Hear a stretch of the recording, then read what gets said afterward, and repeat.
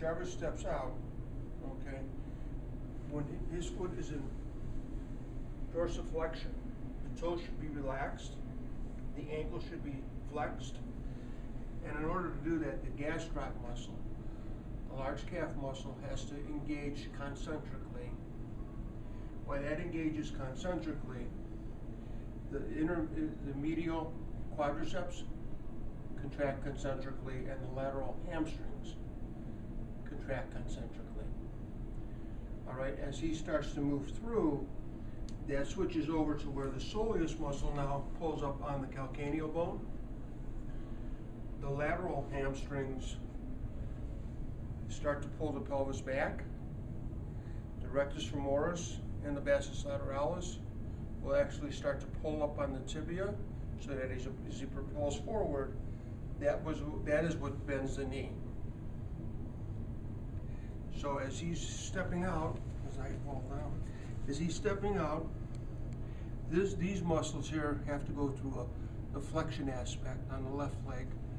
These are going through the extension. So the extension aspect would be the medial quadriceps, lateral hamstrings, and the gastroc.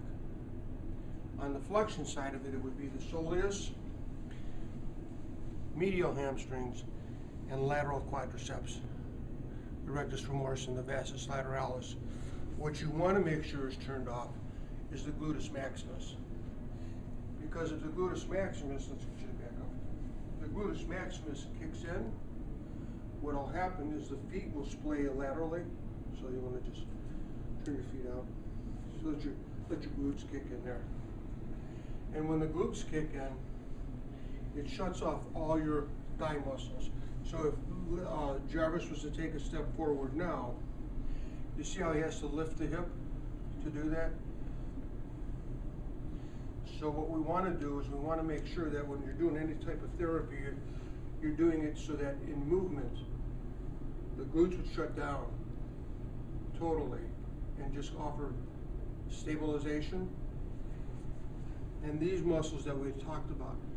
So on extension of the leg, it would be the gastroc, creating dorsiflexion, the vastus medialis and intermedius, extending the thigh, and the lateral hamstrings, which is the long head of the biceps femoris and the short head of the biceps femoris, would actually be creating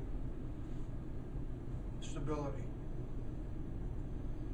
All right, so as he steps out like that, the opposite leg will have to automatically start to go through, and that's how the brain recognizes walking. Now, where the psoas muscle comes into play here, can you feel those? Okay. Is the psoas muscle has to be able to create thigh flexion. Okay, so what all these other muscles are basically doing in the tensor fasciae lata and the IT band and the gluteus medius is they're stabilizing the femur bone in the center of the acetabular. What the hip flexor does, as he extends forward, all right, the right psoas muscle will go into an eccentric contraction. When it goes into an eccentric contraction, it stabilizes from the first lumbar to the fourth lumbar. In flexion, on the right side though, or on his left side, this would be concentrically contracting, which would then is going to be able to flex the hip. But when it does that, it works from L4 to L1. So it goes just the opposite. So what you have is the psoas muscle reversing stability of the lumbar spine at all times, creating an equal tension on the skeleton. And that's what you want to look for. As he takes a step forward, if you watch what his head will do, his head will maintain a stable movement pattern. You don't want the head to be bobbing or weaving like it normally does when he's drunk. Walking out too many side streets. Did were you able to experience all that? Yes. Okay.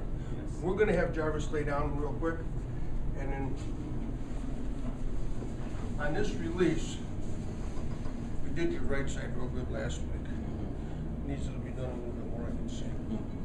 All right.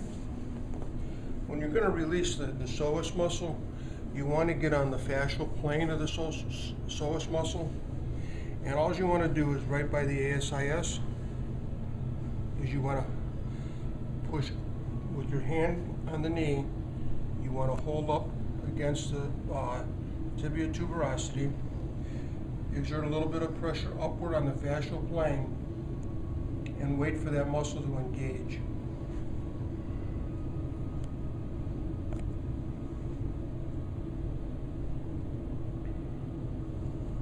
And as it starts to engage, it'll actually start to lift.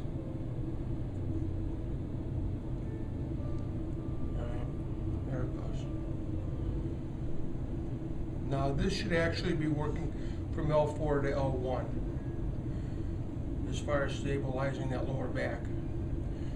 On the fascial plane, I'll take my thumb and I will eccentrically contract that psoas muscle, so it would be a downward movement on the psoas muscle, and that'll create extension, and eventually it'll take away the hip flexion.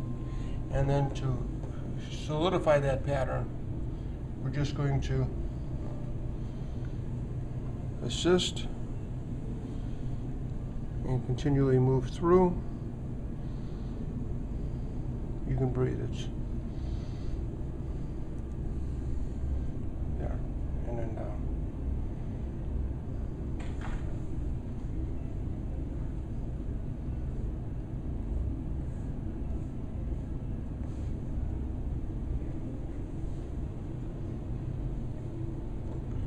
So when I engage, if you watch, as soon as I engage the psoas muscle, you'll see the leg just kind of start its flexion process. If you want to expedite that, all you have to do is put the foot at the ankle in the plantar flexion. And that'll create more of a neurological patterning then. Now you don't have to do anything, do you?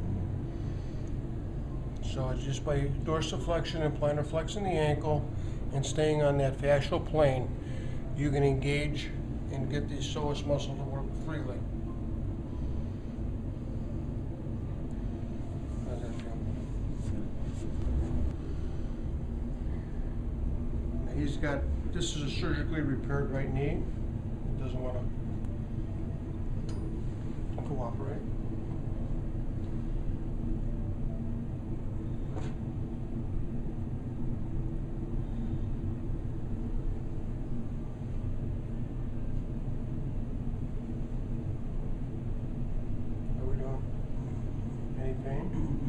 At the end of that, it's quite sore, but it's a lot better.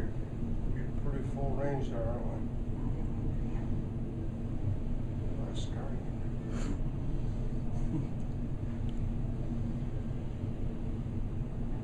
There. That was a better one. How are we doing pain-wise? Okay. It's no worse than the first one. There we go. That's even better. Psoas muscle hasn't worked that way in a long time, has it? Am I enjoying this too much?